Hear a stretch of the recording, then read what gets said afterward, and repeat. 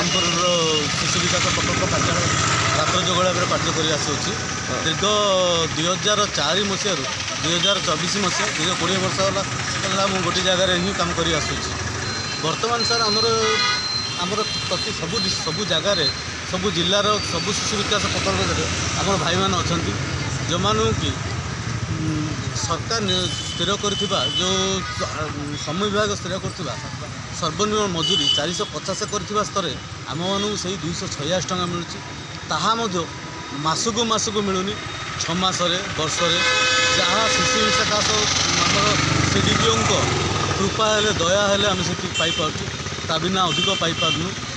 एवं आमको दिन रात्र जोगड़ा खटलु दिन में पीएन भाव में कम कर कि भाई मैंने ड्राइवर भाव में कम कर